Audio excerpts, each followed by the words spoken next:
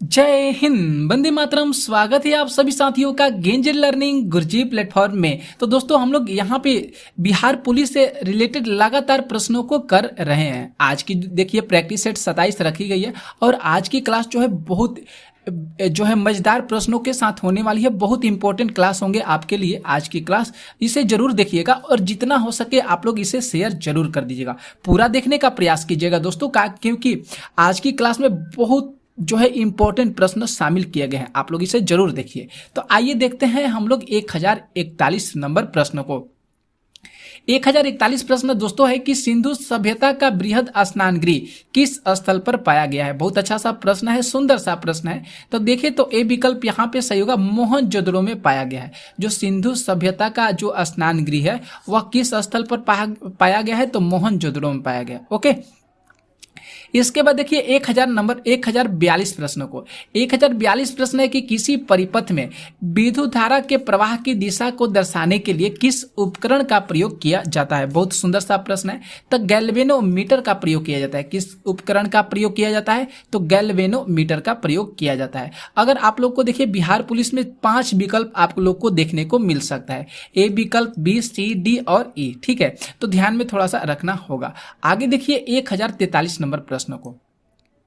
1043 प्रश्न है कि उत्तरी गोलार्ध में प्रति चक्रवात में पवन संचरण जो होती है वह किस दिशा में होती है। उत्तरी गोलार्ध में जो प्रति चक्रवात आता है उसमें जो हवा की दिशा होती है वह किस दिशा में होती है। तो देखें तो बी विकल्प यहाँ पे सही हो रहा है, घड़ी की सुई के अनुदिश। घड़ी के सुई के अनुदिश दिशा में होती है। जो घड़ी के डायरेक्शन जो चलता है उसी दिशा में होती है। ओके, आगे देखिए 1044 नंबर प्रश्न को कि निम्नलिखित में से बिहार का कौन सा जिला है वह शाही लीची फलों का सबसे बड़ा उत्पादक माना जाता है। बिहार का जिला का नाम बताना है, तो उस जिला का नाम हो जाएगा मुजफ्फरपुर जिला। उस जिला का क्या नाम हो जाएगा, मुजफ्फरपुर जिला, जहां पे शाही लीची फलों का सबसे बड़ा उत्पादक जो जिला है वह है मुजफ्फरपुर जिला। ओके, आगे देखिए 1045 नंबर प्रश्न को दोस्तों। 1045 प्रश्न है कि उस मॉडल का नाम बताइए जिस पर भारत की दूसरी पंचवर्षीय योजना आधारित है। अच्छा सा प्रश्न है, बहुत इंपॉर्टेंट प्रश्न है। तो देखिए तो ए विकल्प यहाँ पे सही होगा, महालनोबिस मॉडल। इस मॉडल का जरूर नाम याद करिएगा, जिस पर भारत की दूसरी पंचवर्षीय योजना आधारित है। बहुत इंपॉर्टेंट सा प्रश्न है ये, महालनोबिस मॉडल। ओके, आगे देखिए 1046 नंबर प्रश्न को दोस्तों कि 1046 प्रश्न है कि समान वायु दाब वाले स्थान को जोड़ने वाली जो रेखाएं होती है उसे किस नाम से जाना जाता है। तो उसे जो है सर्पदाब रेखा के नाम से जाना जाता है। किस रेखा के नाम से जाना जाता है, तो सर्पदाब रेखा के नाम से जाना जाता है। ठीक है, आगे देखिए 1047 नंबर प्रश्न को। यहाँ पे देखिए दोस्तों 1047 जो प्रश्न है कि बंगाल में पागलपंथी आंदोलन के संस्थापक जो थे उनका क्या नाम था। यह भी अच्छा सा प्रश्न है। तो देखिए तो यहाँ पे ई विकल्प जो है यहाँ पे सही हो रहा है, उपयुक्त में से कोई नहीं। बीर सिंह नहीं थे, तीरथ नहीं थे, कान्हू नहीं थे और उपयुक्त में से एक जो अधिक दिया है ये भी नहीं थे। तो ई विकल्प दोस्तों यहाँ पे सही हो रहा है। 1048 नंबर प्रश्न देखिए। 1048 प्रश्न है कि भारत की अंतर्राष्ट्रीय स्थलीय सीमा को कितने देश जो है स्पर्श करता है। जो भारत की अंतर्राष्ट्रीय जो स्थलीय सीमा है वह जो है कितने देशों को स्पर्श करता है। तो बात करिए वह सी विकल्प से होगा, 7 देशों को स्पर्श करता है। कितने देशों को स्पर्श करता है, तो 7 देशों को स्पर्श करता है। आगे देखिए यहाँ पे 1049 जो प्रश्न है कि चीन की राष्ट्रीय भाषा क्या है। चीन की राष्ट्रीय भाषा क्या है, तो देखिए तो जोखा तो नहीं होगा, लाखा नहीं है, तिब्बती नहीं है। ई विकल्प दोस्तों यहाँ पे सही होगा, उपयुक्त में से कोई नहीं। चीन की जो राष्ट्रीय भाषा क्या है इसमें से ऑप्शन में नहीं दिया गया है। तो ऐसे ही प्रश्न बिहार पुलिस में पूछे जाएंगे। 1050 प्रश्न है कि राज्यपाल एवं मंत्री परिषद के बीच जो संवाद होता है, जो बातचीत होता है, वह प्रमुख तंत्र के रूप में मुख्यमंत्री के कर्तव्यों का उल्लेख करता है। वह किस आर्टिकल के अंतर्गत होता है। तो बात करें यहाँ पे सी विकल्प से होगा, आर्टिकल 167 में, अनुच्छेद 167 में इस चीज को देखने को मिलता है। आगे देखिए 1051 नंबर प्रश्न को। 1051 प्रश्न है कि भारत के संविधान में 10वीं अनुसूची को कब जोड़ा गया था। भारत के संविधान में 10वीं अनुसूची को कब जोड़ा गया था, तो 1985 में जोड़ा गया था। यहाँ पे 52वें संशोधन के द्वारा द्वारा, कौन से संशोधन के द्वारा, तो ध्यान रखिएगा 52वें संशोधन के द्वारा 1985 में भारतीय संविधान को 10वीं अनुसूची में जोड़ा गया था। ओके, आगे देखिए 1052 जो प्रश्न है दोस्तों कि बांग्लादेश सरकार को मान्यता प्रदान करने वाला प्रथम देश कौन सा था। तो देखिए तो यहाँ पे ई विकल्प सही हो रहा है, क्योंकि यहाँ पे उपयुक्त में से कोई भी विकल्प नहीं दिया है। पाकिस्तान नहीं होगा, रूस नहीं होगा, चीन नहीं होगा और भारत नहीं होगा। आगे देखिए 1053 प्रश्न है कि पंचायतों की शक्तियों, प्राधिकार तथा उत्तरदायित्व का प्रावधान किया गया है किस आर्टिकल के अंतर्गत। तो देखिए तो सी विकल्प यहाँ पे सही होगा, आर्टिकल 243 जो 6 है। देखिए यहाँ पे अंग दिया है, च दिया है, छ दिया है, तो इसको भी आपको ध्यान में रखना होगा कि जो पंचायत की शक्तियाँ होती है, जो उसके पास अधिकार होता है, तो उसका जो आर्टिकल है 243 के 6 में इसका उल्लेख किया गया है। 1054 प्रश्न देखिए, 1054 प्रश्न है कि दिल्ली के लाल किले में मोती मस्जिद का निर्माण किसने करवाया था। बहुत सुंदर सा प्रश्न है। तो मोती मस्जिद का निर्माण औरंगजेब के द्वारा कराया गया था। ए विकल्प यहाँ पे सही हो रहा है। आगे देखिए प्रश्न आते हैं 1055 प्रश्न है कि भारत के दोनों लोकसभा और राज्यसभा में कोरम के लिए कुल सदस्यों का कौन सा जो भाग है आवश्यक होता है। तो देखिए 1/10 भाग होता है दोस्तों, ये बहुत इंपॉर्टेंट होता है। बी ऑप्शन यहाँ पे सही हो रहा है। 1056 प्रश्न देखिए, बहुत अच्छा सा प्रश्न है, भयंकर प्रश्न है ये कि बिहार पंचायती राज अधिनियम में ग्राम पंचायत की अवधि 5 वर्षों को निर्धारित की गई है, इसकी गणना। तो देखिए तो यहाँ पे कौन सा विकल्प जो होगा सही होगा। तो यहाँ पे बी ऑप्शन बिल्कुल सही होगा, क्योंकि पंचायत की पहली बैठक की तिथि से की जाती है।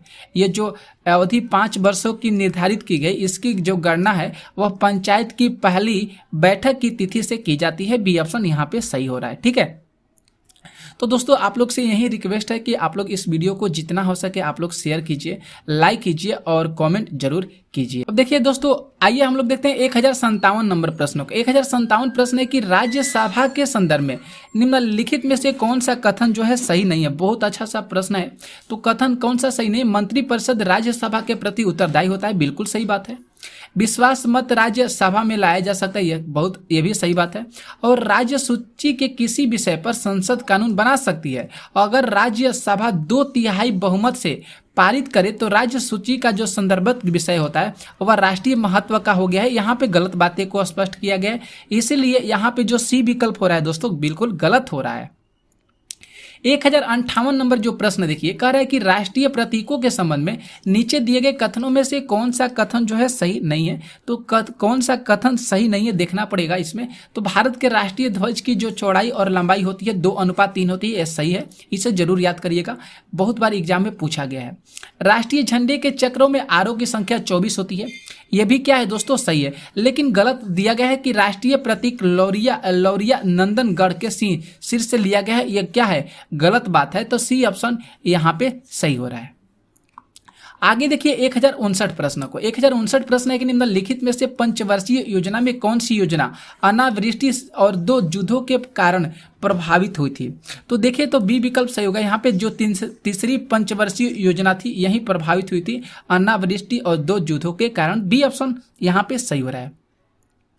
आगे देखिए 1060 प्रश्न है कि बिहार में किसान सभा की स्थापना किनके द्वारा की गई थी। तो बिहार में किसान सभा की स्थापना जो है सहजानंद सरस्वती के द्वारा किया गया था। बी ऑप्शन यहाँ पे सही हो रहा है। 1061 प्रश्न दोस्तों देखिए, कह रहे हैं कि भारत में स्वतंत्रता के बाद प्रथम आम चुनाव कब संपन्न कराए गए थे। तो कब संपन्न कराए गए थे, तो 1952 ईस्वी में जो प्रथम आम चुनाव था उसको शुरू किया गया था 1952 में।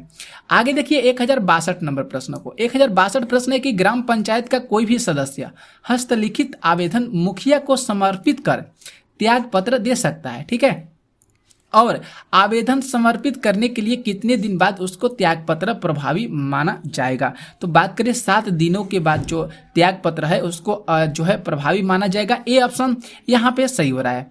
आगे देखिए 1063 प्रश्न है कि सहारा रेगिस्तान किस महाद्वीप में स्थित है। तो सहारा रेगिस्तान जो है अफ्रीका महाद्वीप में स्थित है। सी विकल्प यहाँ पे सही हो रहा है। 1064 प्रश्न है कि राष्ट्रीय स्मार्ट गवर्नमेंट संस्थान जो है कहाँ पे स्थित है, तो ये जो है हैदराबाद में स्थित है। ए विकल्प यहाँ पे सही हो रहा है। 1065 प्रश्न देखिए, कह रहा है कि लौ निम्नलिखित में से किस खेल से संबंधित है। बहुत अच्छा सा प्रश्न है दोस्तों, ये जो है टेनिस से रिलेटेड है। किस खेल से संबंधित है, तो टेनिस खेल से संबंधित है लौ। ओके, आगे देखिए 1066 नंबर प्रश्न को। 1066 प्रश्न है कि वृंदावन गार्डन जो है कहाँ पे स्थित है, तो वृंदावन जो गार्डन है वह मैसूर शहर में स्थित है। सी ऑप्शन यहाँ पे सही हो रहा है। आगे देखिए 1067 प्रश्न को। 1067 प्रश्न है कि जामनी नदी का उद्गम स्थान कहाँ है। जामनी नदी का उद्गम स्थान कहाँ पे है, तो ए ऑप्शन दोस्तों यहाँ पे सही होगा, सागर में स्थित है। जामनी नदी का उद्गम स्थान कहाँ पे हो जाएगा, तो सागर हो जाएगा। आगे देखिए 1068 प्रश्न है कि किसी प्रदेश के राज्यपाल की नियुक्ति कौन करते हैं, तो किसी प्रदेश के राज्यपाल की नियुक्ति राष्ट्रपति के द्वारा किया जाता है। डी ऑप्शन यहाँ पे सही हो रहा है। आगे आते हैं प्रश्न 1069 प्रश्न पे, ताप्ती नदी का मूल क्या है। ताप्ती नदी का मूल क्या है, तो मुल्ताई हो जाएगा। ए ऑप्शन यहाँ पे सही होगा, क्या हो जाएगा, मुल्ताई हो जाएगा। 1070 प्रश्न है कि ऑस्कर जीतने वाले प्रथम भारतीय कौन थे, तो यहाँ पे देखें तो डी ऑप्शन यहाँ पे बिल्कुल सही होगा। उपयुक्त में से एक से अधिक हो जाएंगे।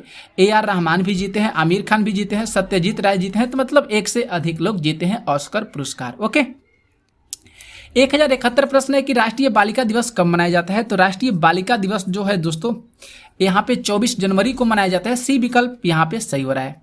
1072 प्रश्न देखिए, 72 प्रश्न है 1000 की भारत के प्रथम मुख्य न्यायाधीश कौन थे, तो भारत के प्रथम मुख्य न्यायाधीश हरिलाल जे कनिया थे। हरिलाल जे कनिया जो थे यह भारत के प्रथम मुख्य न्यायाधीश थे।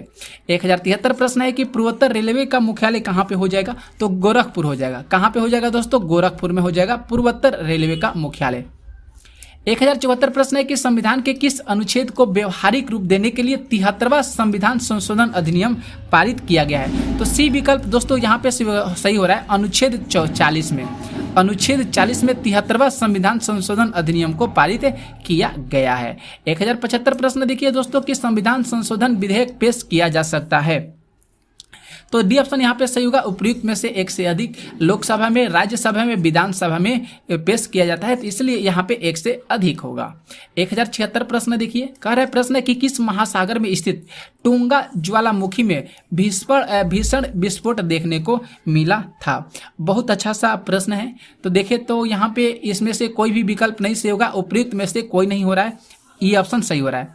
आगे देखिए 1077 प्रश्न है दोस्तों, क्षेत्रफल की दृष्टि से बिहार का सबसे बड़ा जिला कौन सा है। क्षेत्रफल की दृष्टि से बिहार का सबसे बड़ा जिला पश्चिमी चंपारण जिला हो जाएगा। ए ऑप्शन सही हो रहा है।